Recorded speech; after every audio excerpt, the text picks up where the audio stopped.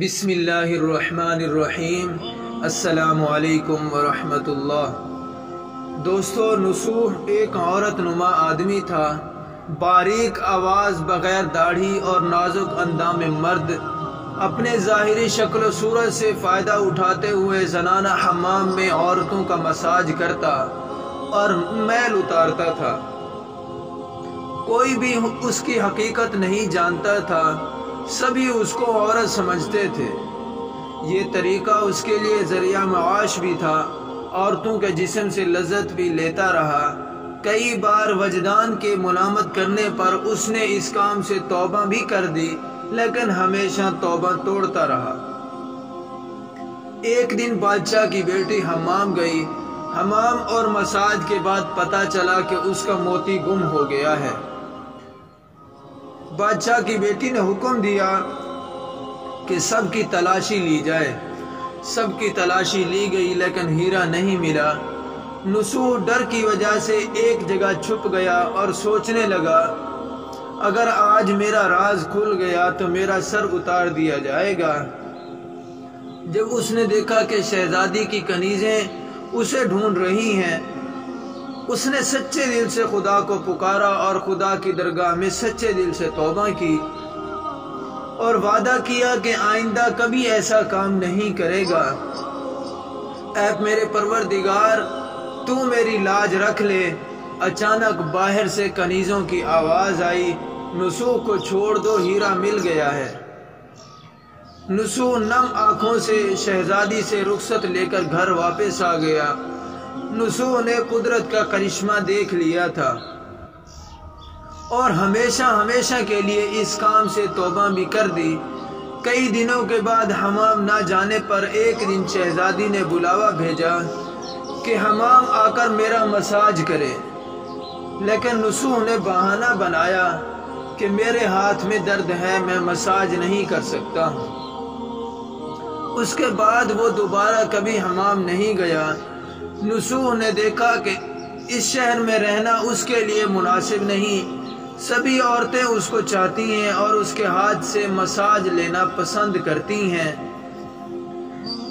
جتنا بھی غلط طریقے سے مال کمایا ہوا تھا وہ سب غریبوں میں تقسیم کر دیا اور شہر سے نکل کر کئی میل دور ایک پہاڑی پر ڈیرا ڈال کر اللہ کی بارگاہ میں مشغول ہو گیا۔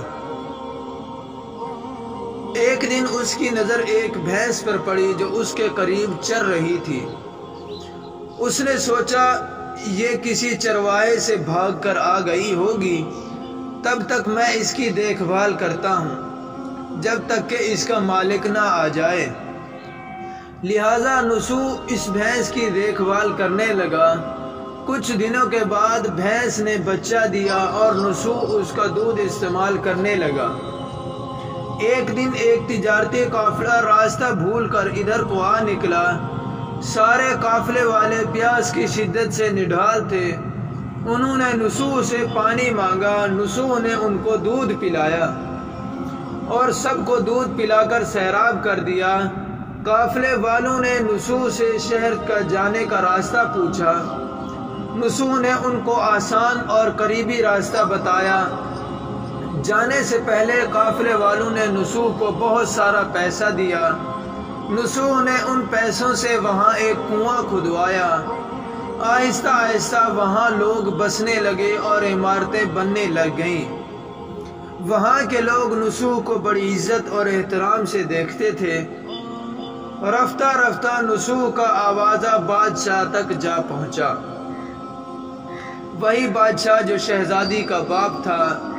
بادشاہ کے دل میں نصوح سے ملنے کے لیے بڑا اشتیاق پیدا ہو گیا۔ اس نے نصوح کو پیغام بھیجا کہ بادشاہ آپ سے ملنا چاہتا ہے، مہربانی کر کے دربار میں تشریف لے آئے۔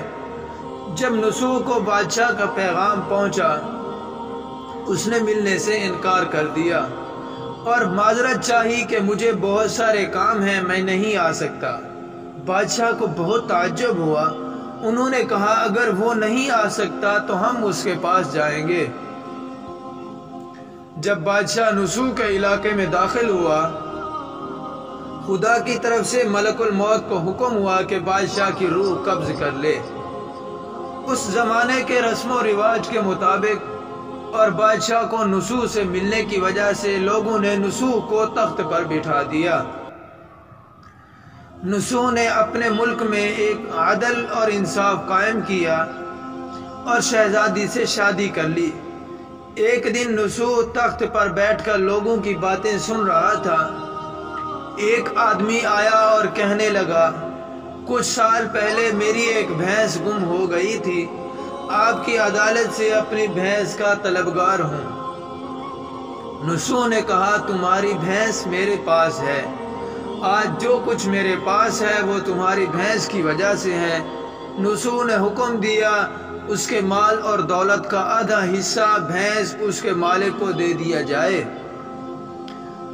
وہ شخص خدا کے حکم سے کہنے لگا، اے نسو، جان لو نہ میں انسان ہوں اور نہ وہ جانور بھینس ہے، بلکہ ہم دونوں فرشتے ہیں، تمہیں امتحان کرنے کے لیے آئے تھے۔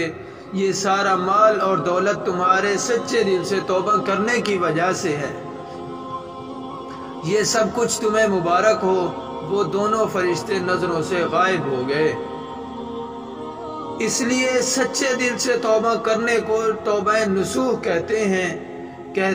کائنات میں اتنا کوئی چیز کسی کا انتظار نہیں کرتی جتنا کہ اللہ تعالیٰ اپنے بندے کی توبہ کا انتظار کرتا ہے، اور اللہ پاک اس کے بندے کی توبہ کرنا اور اسے معاف کرنا بہت زیادہ پسند کرتے ہیں۔ ہمیں چاہیے کہ اپنے گناہوں سے سچے دل سے توبہ کریں اور اللہ کے حضور گڑ گڑا کر اپنے گناہوں کی معافی مانگیں۔ اللہ پاک بڑا رحمان اور رحیم ہے۔ امید کرتا ہوں کہ آپ دوستوں کو ویڈیو پسند آئی ہوگی۔ ویڈیو اچھی لگی تو لائک کر دیں، کمنٹس کر کے اپنی رائے کا اظہار کریں اور دوستوں کے ساتھ شیئر کریں۔ آپ سب دوستوں سے درخواست ہے کہ اس ویڈیو کو لاسٹ تک دیکھا کریں تاکہ ہماری حوصلہ افزائی ہو۔ زندگی رہے تو انشاءاللہ نیکسٹ ویڈیو میں، تب تک کے لیے اللہ حافظ۔